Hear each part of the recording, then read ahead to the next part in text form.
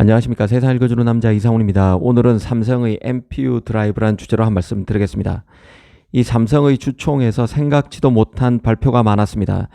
특히 주목되는 것은 삼성이 연말에 대규모 언어 모델, 인공지능 가속기인 마하1 칩을 내놓는다는 것이었습니다. 이 프로세서로는 스마트폰에 들어가는 AP인 엑시노스만을 만들었던 삼성이 다른 프로세서 마하1을 내놓는다는 것이 놀라웠습니다. 특히 더 눈에 띄었던 것은 이 마하1을 출시하면 이 폰노이만 구조의 결정적 단점인 데이터 병목 현상을 줄일 수 있다는 점에 있었습니다. 이게 기존 엔비디아, AMD 같은 GPU 칩과 메모리 사이에서 발생하는 데이터 병목을 8분의 1가량 줄일 수 있다고 경계현 사장은 밝혔습니다. 그리고 더 주목할 점은 마하1에 HBM을 쓰지 않고 범용 메모리인 저전력 메모리를 활용해서 AI 가속기를 구현할 수 있다고도 했습니다. HBM은 AI용 메모리로서 성능이 탁월하지만 범용 메모리보다 가격이 비싸죠. 만약 삼성이 HBM 없이 기존 메모리를 써도 데이터 처리에 문제가 없는 프로세서를 내놓을 수 있다면 이 반도체 시장에도 큰 변화가 가능할 만한 이슈라는 생각입니다. 사실 최근 칩업계의 가장 큰 이슈는 메모리와 로직 칩 간의 융합 현상이었습니다. 엄청난 데이터를 처리하기 위해서 데이터를 메모리에서 프로세서와 같은 로직 칩으로 이동시키기 위해서 칩의 성능과 파워를 어떻게 높이느냐가 중요해졌습니다. 그래서 메모리월, 즉 메모리가 프로세서의 속도를 따라가지 못해서 발생하는 문제를 어떻게 극복하느냐가 칩업계의 하도였는데요. 결국 메모리 성능을 업그레이드 시키는 게 중요해졌습니다. 그래서 엄청난 양의 데이터를 처리하는 AI 시대는 이 컴퓨팅의 중심이 CPU에서 메모리 중심으로 변할 수밖에 없다는 말씀을 드렸는데요. 이 프로세서와 메모리 간에 주고받는 데이터가 많아지면 작업 처리가 지연되는 폰노이만 병목이 생기는데 이를 막기 위해서 여러 방법론이 나온 것입니다. 가령 D램보다 더 빠른 메모리, 캐시 메모리, SRAM 같은 것을 프로세서 옆에 붙이는 방법이 있죠. 바로 속도 차이를 개선하기 위한 솔루션이었습니다. 같은 맥락의 연장선에서 최근 나온 게 바로 프로세싱 인 메모리라는 PIM이었습니다.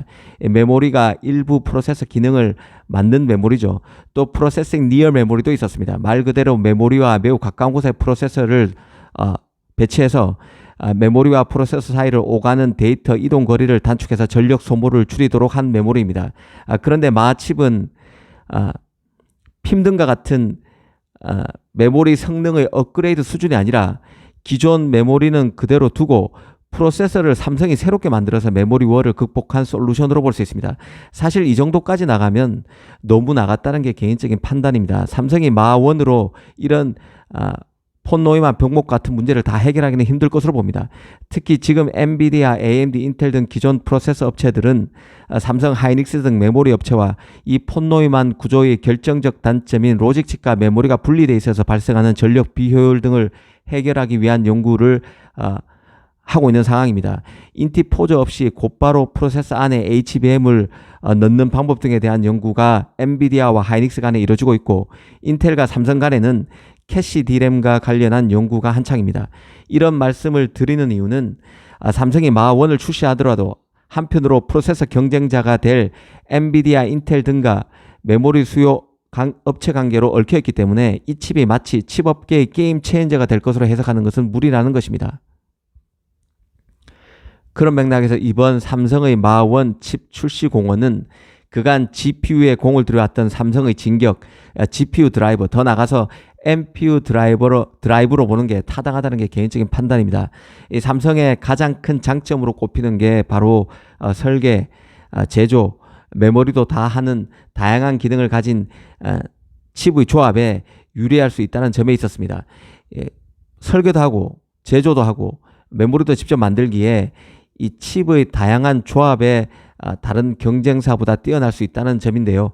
D램 업체라고 하더라도 AP나 CPU, 프로세서 등을 설계해 본 경험도 또 이런 칩을 직접 만들어 본 경험도 없는 마이크론, 하이닉스보다 삼성은 뛰어날 수밖에 없습니다. 또 파운드리 독보적인 1위 기업이지만 메모리와 설계 능력은 전혀 없는 TSMC도 한계가 있을 수밖에 없습니다.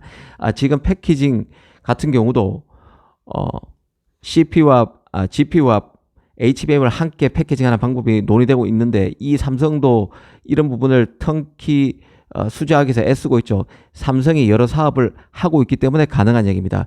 이런 것을 더 확대 해석해 보면 삼성의 메모리, 프로세서, 모든 경험을 갖고 있죠. 이들 칩에 대한 경험을 바탕으로 새로운 칩의 조합에 유리한 환경에 있고, 이런 것들이 파운드리도 하기 때문에 이런 칩을 실제 구현 가능한가에서도 다른 업체들보다 뛰어날 수 있습니다. 칩 설계할 때부터 그런 것들이 가능해진다는 것이죠. 그런 관점에서 이번 마원 칩 출시도 그런 맥락의 연장선에서 생각해 보는 게 더 합리적이라는 판단입니다. 새로운 프로세서를 만들기 위한 그 삼성의 노력도 지금 삼성이 만들고 있는 AP에서 찾아보는 게 합리적인 추론이라는 게 제 개인적인 판단인데요. 삼성은 AP 분야에서 그간 GPU 개발에 매진해 왔습니다. 엑시노스 GPU 성능 향상을 위해서 AMD와 손잡았고, 수년간 업계 최고 GPU 전문가를 영입하고 있다는 소식도 계속 외신으로부터 흘러나왔었습니다. 특히 그 인재 영입과 관련해서는 중국의 GPU 업체인 바이렌테크를 창업했었고, 퀄컴에서 아드레노 GPU 아키텍처를 개발한 팀의 일원이었던 중국인 자오양을 영입하기 위해 애쓰고 있다는 얘기도 돈 적이 있습니다. 그 당시에도 삼성이 AMD의 라디온 GPU IP를 활용한 AP 최적화에 공을 들이면서 한편으로 AP에서 GPU 분야 성과를 바탕으로 노트북에 들어갈 프로세서 등으로 설계 역량을 확장할 수 있다는 시장 관측이 많았었는데요. 그런 측면에서 마원도 조망할 필요가 있지 않을까 싶습니다.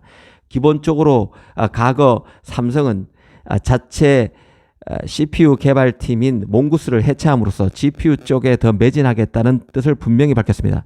이 삼성의 결정에는 GPU가 인공지능 반도체로 불리는 NPU로 전환하기 직전 단계의 프로세서로서 AI 시대에 활용 가치가 무궁무진하다는 점이 삼성의 결정에 반영됐을 것이라는 분석이 많았는데요.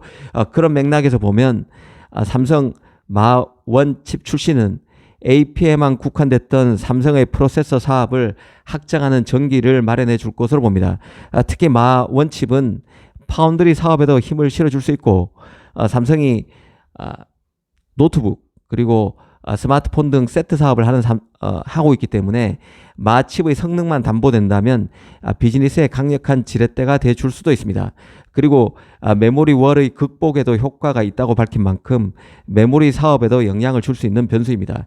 AI 시대는 메모리 중심의 컴퓨팅이 된다고 봤었는데, 이 메모리에서의 업그레이드가 아니라 프로세서로서 이 메모리의 단점을 보완해 줄 수 있도록 삼성이 그런 시도를 했다는 것 자체가 획기적인 발상이 아닌가 싶습니다. 삼성의 자체 AI 가속기가 어떤 칩이 될지 예의주시할 필요가 있다는 생각입니다. 특히 삼성 파운드리에도 힘을 실어줄 것으로 보이는데요. 지금 인텔 같은 칩을 삼성이 지금 프로세서로서 활용하고 있는데, 이 노트북 같은 경우는 이 마원 칩이 충분히 채택이 가능하지 않을까 하는 게 개인적인 판단입니다. 그런 맥락에서 앞으로 마원 칩을 예의주시해야 한다는 생각입니다. 감사합니다.